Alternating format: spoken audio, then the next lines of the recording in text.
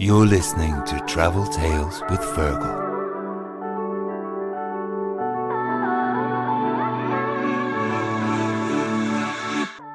David, thanks very much. There was just one last question I ask everybody, and it is, if you close your eyes and take 3 deep breaths, think of your happy place, where would that be and why? Ooh.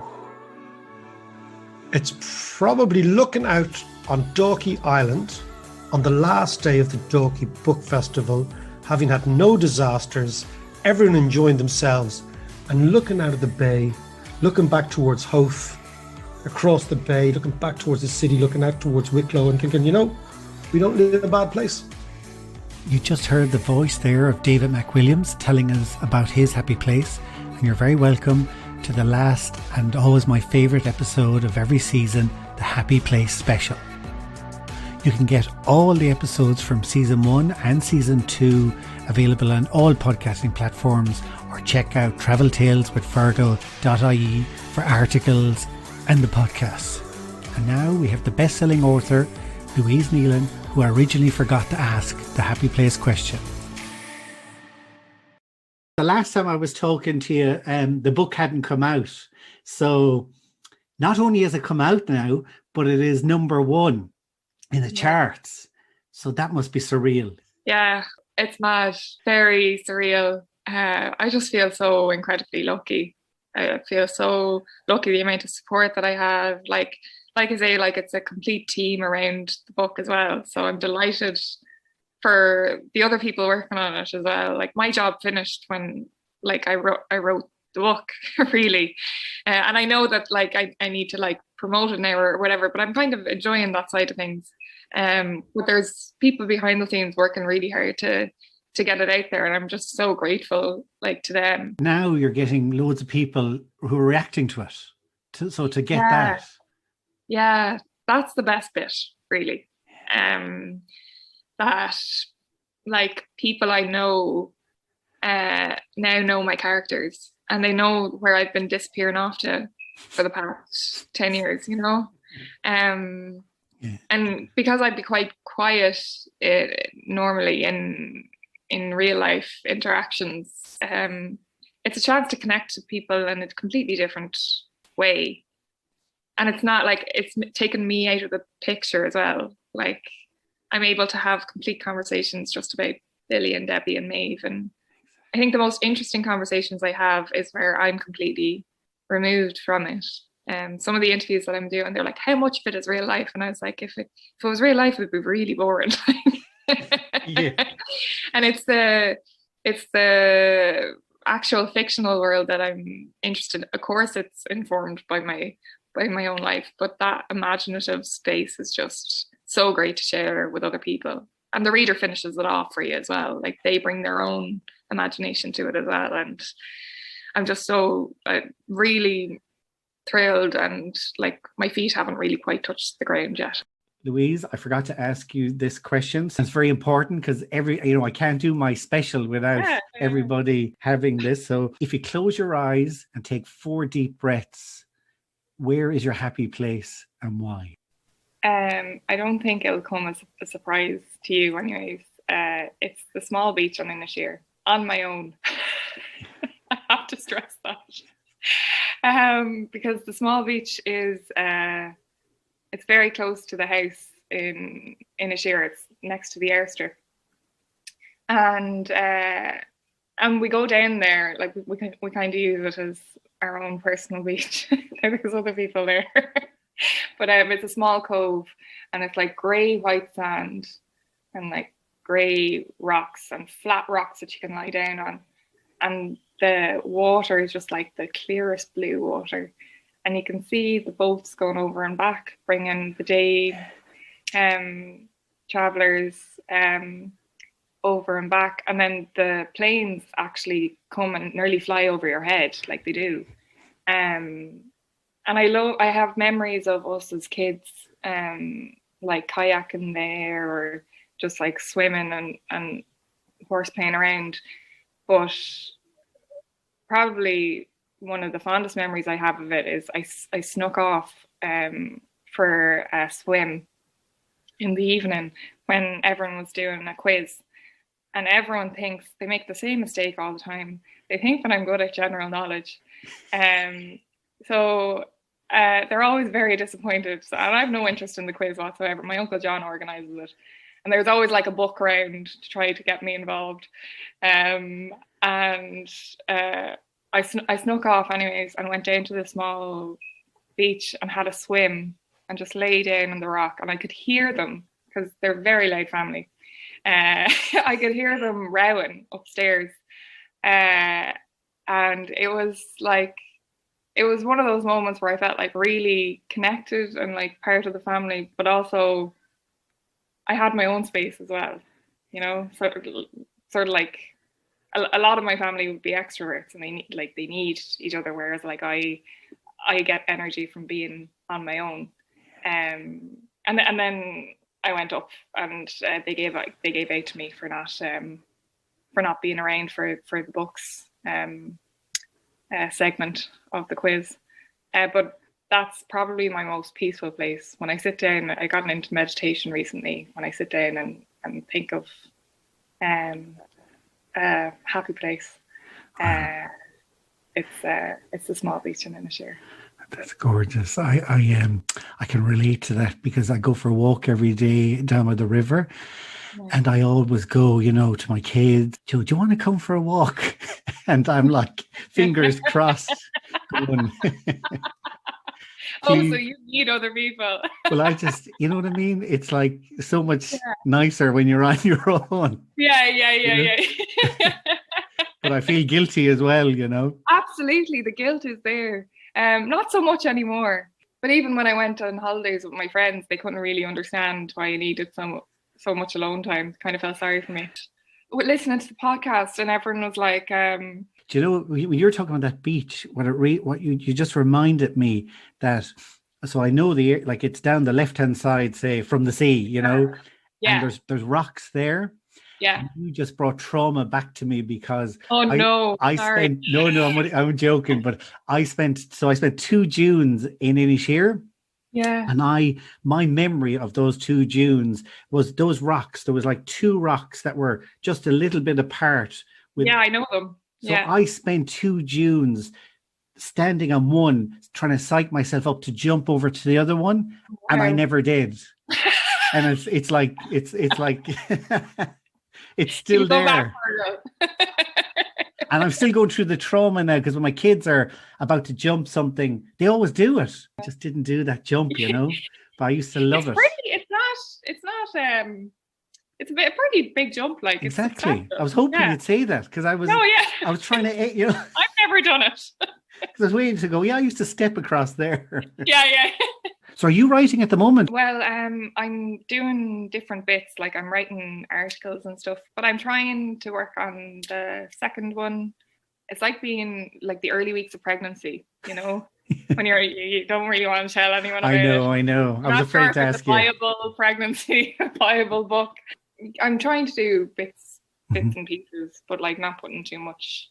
Yeah. It's not a 9-to-5 job at all. Like if I write for an hour a day, I'm happy. It helps. It's a lot of what I do around it as well. That works for me. It's quite a selfish endeavor. Like I understand why people who have kids find it difficult to find time to write. For me, anyways.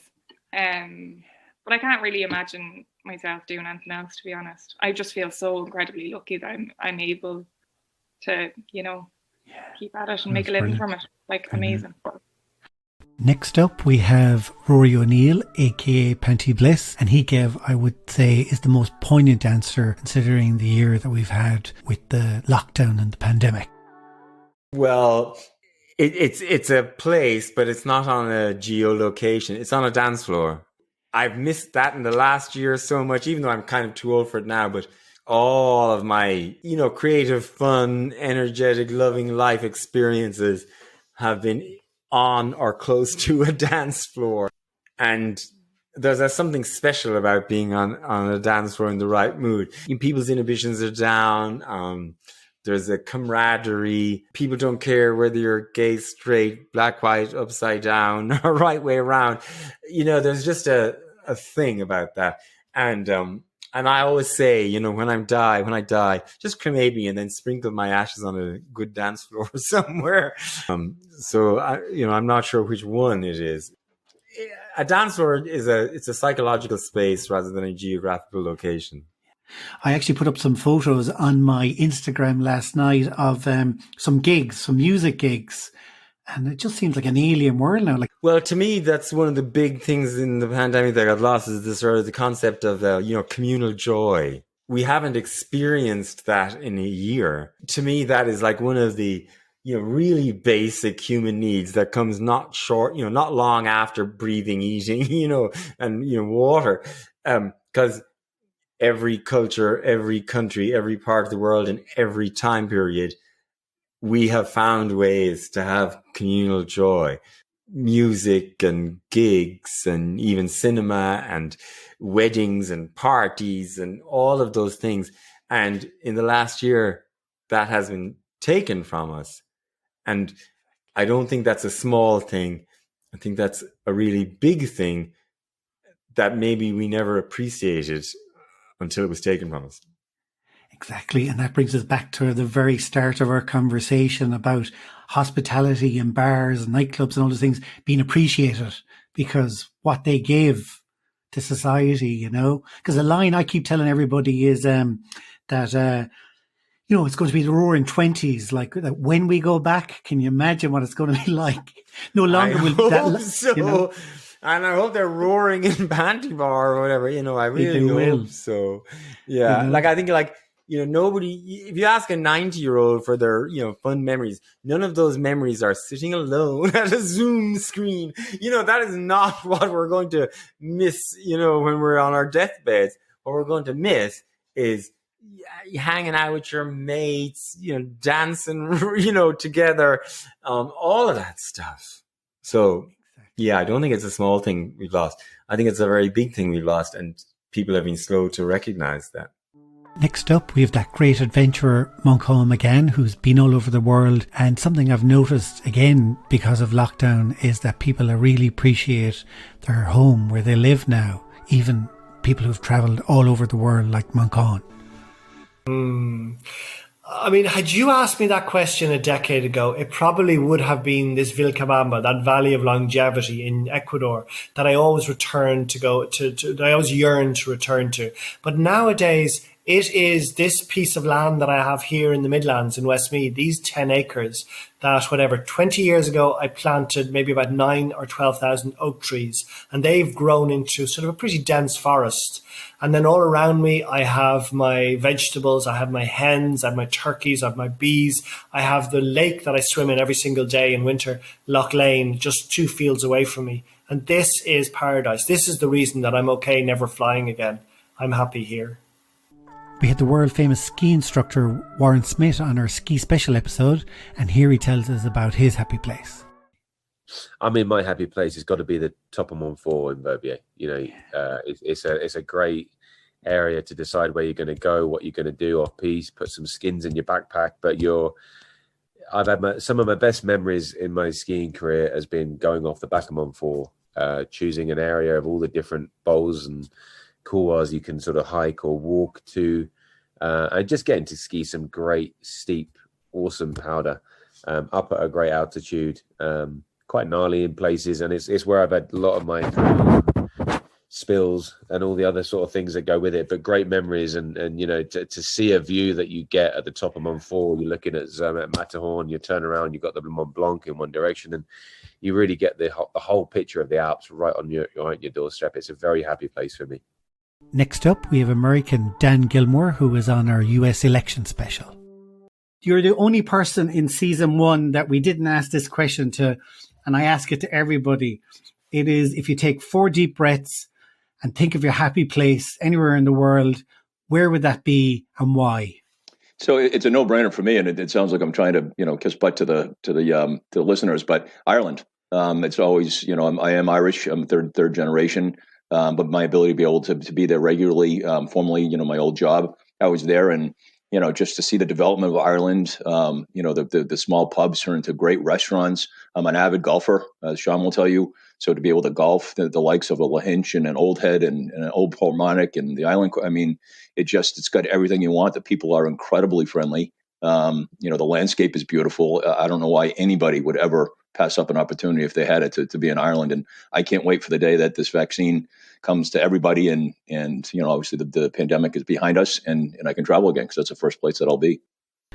Renowned chef Randy Lewis from Round Daddy's in Lahinch has been all over the world chefing, and here he talks about his happy place. I think surfing the beaches of Brazil in a place called Chicken Town, getting off the beach with the vendors, walking down, giving me a coconut and cooking grilled halloumi cheese on their walk along barbecue that they would have in their hand, and just sitting there and getting margaritas and drinks delivered to me because there was a mini bar on like every 500 meters or 400. There was somebody's unique own personal mini bar.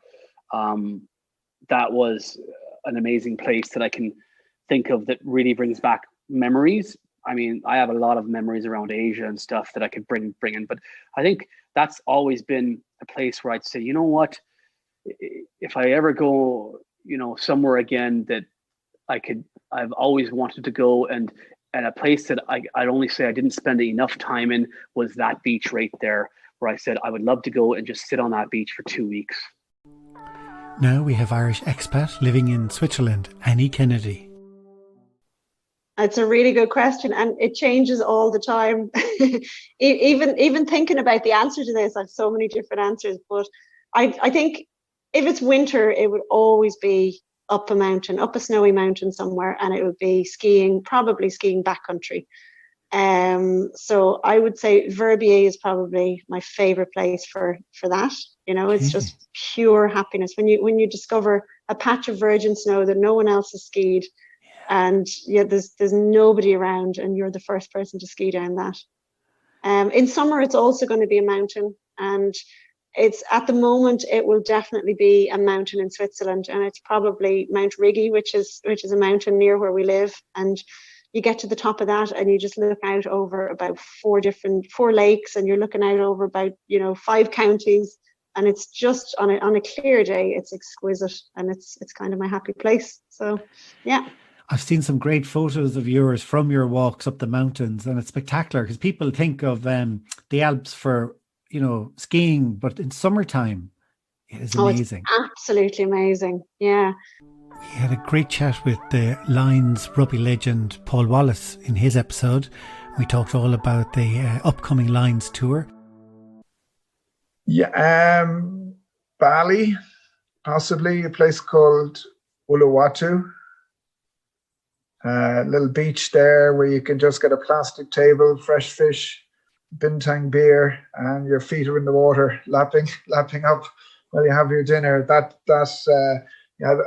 Bali, I've been there three different times, and albeit it's got a bit built up, there's still some nice parts. Uluwatu, one area in particular, that's still still got that bit of Bali magic on it. And maybe the other one is down to Zambezi as well. A former Saracens teammate of mine, Gavin Johnson, who played for the Springboks. Gavin has got a place down there, really in the most remote location I've ever been to in Africa, and he's got a lodge there. And that I guess the tranquility of both of those places. A long way away at the moment. Yeah, and that a lodge like on the river, is it? Yeah, just across from Chobe National Park. So we actually had I wonder, it was after the 98 tour. When my brothers were there in South Africa as well, we flew up after the second test, and with Malcolm O'Kelly and another Saracens teammate, Andy Lee, and we went to Didfic Falls, whitewater rafting. Then Gav came, collected us, sat on the back of a big bucky with the seats there, a couple of coolers of beers, and just drove down to Chobe National Park with elephants crossing in front of us, giraffes. It was just magical. The whole way down to close to the Namibian border and then back into Zimbabwe. It was amazing. The amount of wildlife we saw that day was unbelievable. Yeah. Next up, we have Phil Martin, CEO of Blanco Nino, the Mexican tortilla manufacturer. Allow yourself to think of your happy place from your travels. Where would that be and why? Do you know what? The gas thing is actually it's probably not Mexico. It's probably not Mexico. I did the Camino Santiago there for the first time, not last year, the year before that. So what's that? It's in 2017, and I did it with a really good friend of mine from school. I was planning on doing it by myself, and then he wanted to come along as well. So I was like, let's go. And we did it, and my God, every single day, was a story I could tell you. But we got into a particular town, and it's the town after Rosavalles on the Camino. I can't remember the exact name. But anyway, we had a few drinks, as you do, following the walk of the day and a dinner. And when we'd arrived into town, there was some kind of festival going on, and everything set up, and there was this kind of individual hand clapping in the air type thing. It's hard to describe, but it was a great bloody laugh. But I remember kind of taking a few minutes and walking up to the bridge as you come into town. And it's a tiny little town, and the bridge is this really beautiful arch bridge that could probably only maybe fit two people side by side as you walk over the bridge, and the water's was rushing underneath.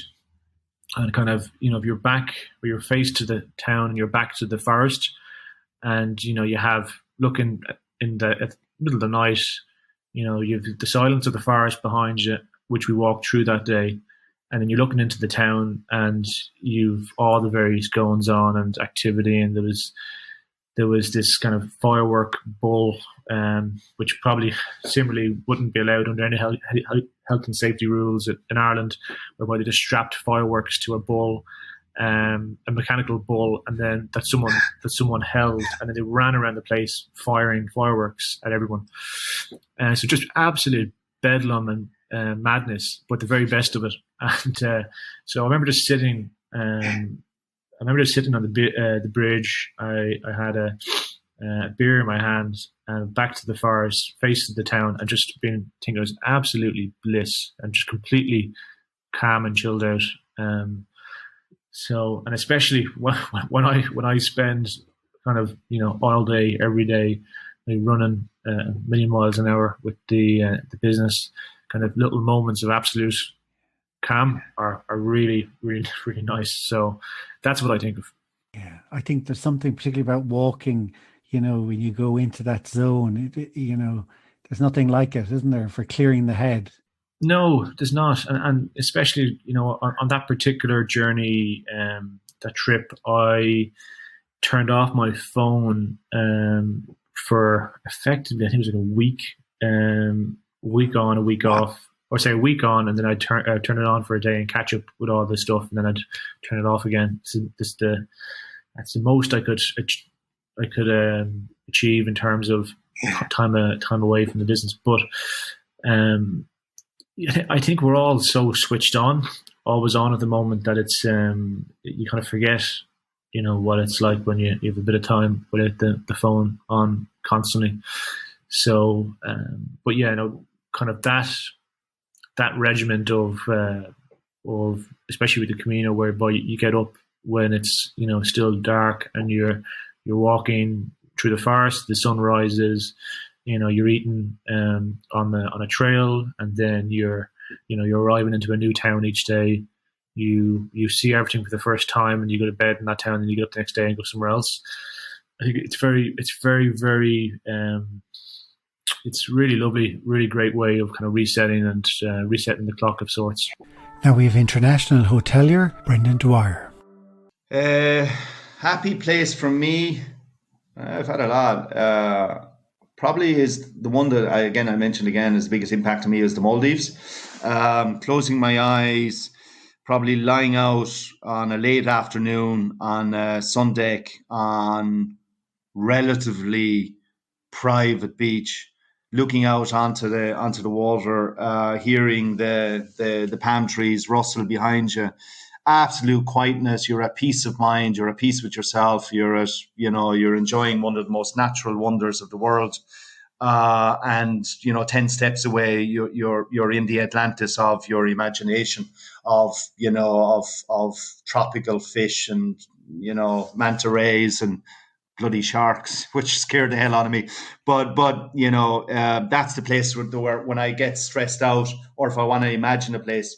And here's just a little bit of an insight into my imagination. When I like somewhere, I get scared if I feel I can never visit or experience that place again. So I always say to my wife, Maria, we're not taking Maldives off. She said, let's go somewhere different. I said, right, we're not taking it off the table. It's somewhere we will go back to, but maybe not in the next few years, because we've done it twice over the last 3. But there's more places to visit. But I always get scared if I can feel that you're sitting on the lakes of Killarney, in the Castle Hotel.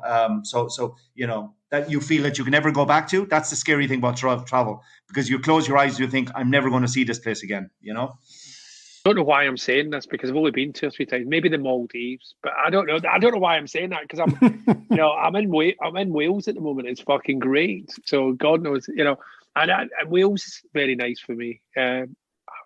London, maybe, I don't know. I love London. I walk up and down the river. Lockdown's been good to me, Fergus. I've lost 38 pounds. I've went from being a fat bastard to like a kind of virgin on being a skinny bastard. Do you know what I mean?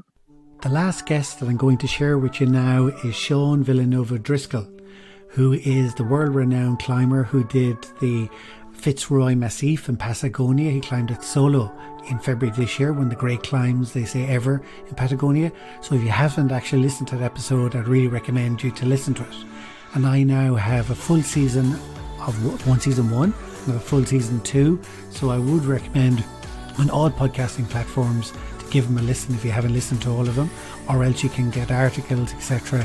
on traveltaleswithfergal.ie. I look forward to sharing season 3 with you. I've got some great interviews already lined up, and I'll be sharing with you in the future all those episodes. Until then, safe travels. Some singing or whatever. Yeah. So my last question that I ask everybody is, so it's essentially, if you take 4 deep breaths and you think of your happy place from your travels, where would that be and why?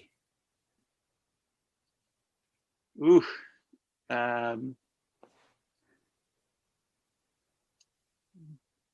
Yeah, I suppose it would have to be where I am now, Patagonia, because it's just such a powerful place, so much. It feels very wild, and I think just the ferocious weather and everything just adds to that, and it's there's just. Feels so wild and so wilderness, so much wilderness and so pristine, and yeah, it's just an incredible place. The views, the light, the way the shape of the clouds and the way the sun and the light comes through the clouds and things like that. It's just a magical place. Yeah, it's funny. I ask people about recommending somewhere, and it's a tricky one, because it's so far away and hard work to get there to, say towards Silpania. But I always say, if you could, that's where I'd recommend, because you really feel like you're at the end of the world, don't you? Exactly. And the weather, as you say, the weather is part of it, because it's literally each day, I'm just walking, but each day is like, will we be able to get to the next place or not? Or will we have to go back? And it's part. Exactly. Yeah. I mean, the wind here is just incredible. It's just how powerful it is. Like, there's days you can't walk, you can't stand up, you're on all fours, like crawling and we've had approaches where we're just like, it feels like a war zone, we're just running from one boulder to the next, trying to protect yourself from the wind, because it's incredibly powerful. It's just incredible. Hopefully I get to see you sometime, maybe when you're in Ireland. I'm in Clonmel Clonmel. So anytime you're around this, actually the Cumra's, I don't know if there's much climbing, but there's loads of mountains, the Galties, the Cumra's, Knockmeal Downs. There is surrounded by climbing. 'em. Yeah, there's some amazing. Yeah. There's some very, very good climbing in the Cumra's. I love that place. Yeah, Is it's there? very adventurous climbing. Very adventurous climbing. Yeah. Good. Yeah. No, I love it. I love it here. I've been learning the uilleann pipes for 3 years now, and but I spent a lot of time here in Patagonia. I was very happy that I brought them along with me to Patagonia, because obviously during the lockdown and everything, I spent a lot of time in them, and I'm enjoying them an awful lot. They're a very difficult instrument. I just have a practice set, but I've been enjoying it a lot, and yeah, it's brought me a lot of good moments and joy, and I like walking off,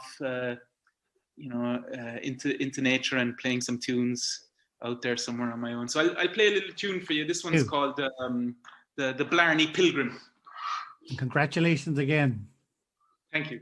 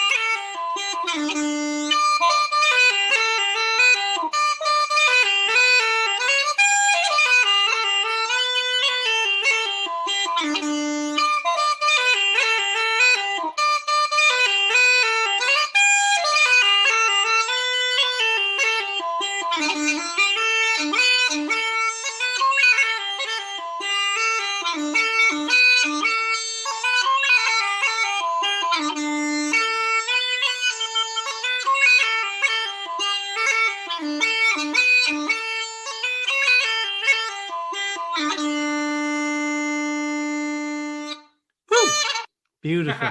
Excellent. I would ask if you could please subscribe to Apple Podcast so a new episode will appear in your library every week.